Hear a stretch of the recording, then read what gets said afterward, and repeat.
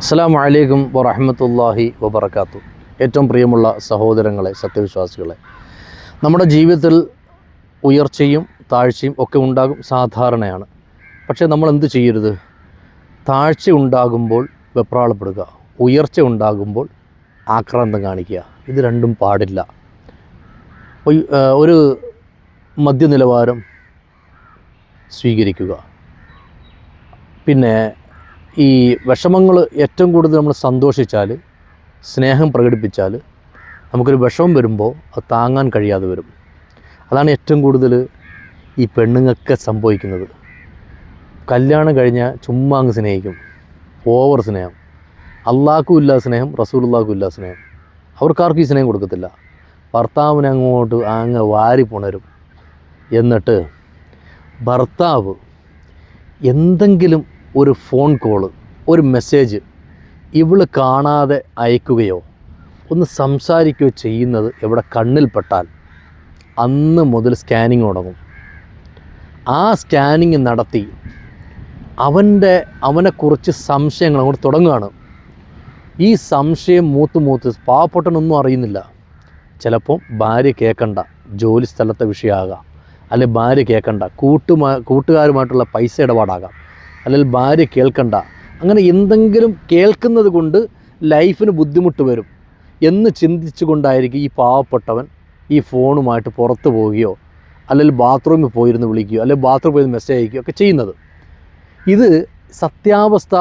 ഇനി അഥവാ ഒരു ഭാര്യയ്ക്ക് ബുദ്ധിമുട്ടുണ്ടാക്കുന്ന വിഷയം ആണെങ്കിൽ പോലും ഈ ഭാര്യയെ സംബന്ധിച്ചിടത്തോളം ഒരിക്കലും എന്തു ചെയ്യരുത്?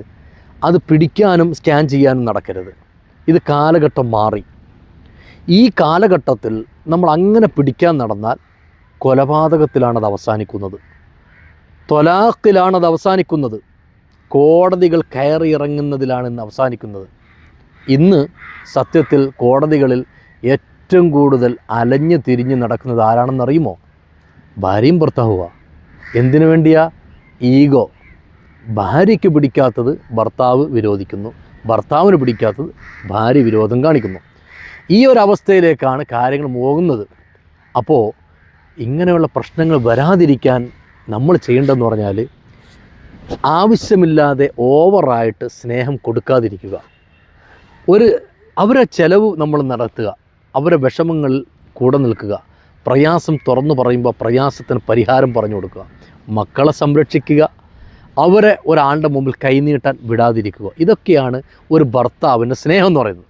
അല്ലാതെ വാരി പുണർന്ന് കെട്ടിപ്പിടിച്ച് സെൽഫി എടുത്ത് പിന്നെ ഒട്ടകം നിൽക്കുന്നിടക്ക് നിന്ന് ഫോട്ടോ എടുത്തിരുന്ന ഒരു കാര്യമില്ല. അവസാനം കോടതി കയറി ഇറങ്ങും.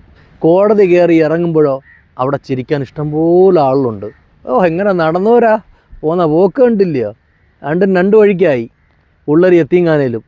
എന്തിനാ ഈ പണിക്ക് പോകുന്നത്?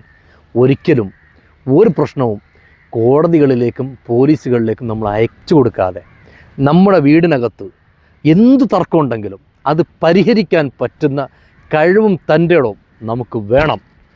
ഇല്ല എങ്കിൽ ഒഴിവാക്കിയേക്കണം. ആ പണിക്ക് നമ്മൾ നിൽക്കരുത്. അപ്പോൾ നമ്മുടെ ജീവിതത്തിൽ ഇതുപോലെയുള്ള ഇത് ഭാര്യ ഭർത്താക്കന്മാരുടെ വിഷയം മാത്രമല്ല കേട്ടോ, മക്കളോടും ഇത് ശ്രദ്ധിക്കണം. മക്കൾക്ക് അവരെ നമ്മൾ സ്നേഹിക്കണം. പക്ഷേ അവരെ സ്നേഹിക്കുക എന്ന് പറഞ്ഞാൽ അള്ളാഹുവിനോട് പോലും കാണിക്കാത്ത ഒരു സ്നേഹം. അതായത് എന്ത് പറഞ്ഞാലും പറഞ്ഞു തീരുന്നതിന് മുമ്പ് അക്സെപ്റ്റ് ചെയ്യുക പാടില്ല.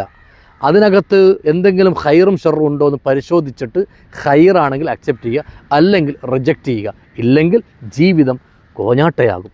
അള്ളാഹു നമുക്ക് നല്ല ജീവിതം നൽകുമാറാകട്ടെ.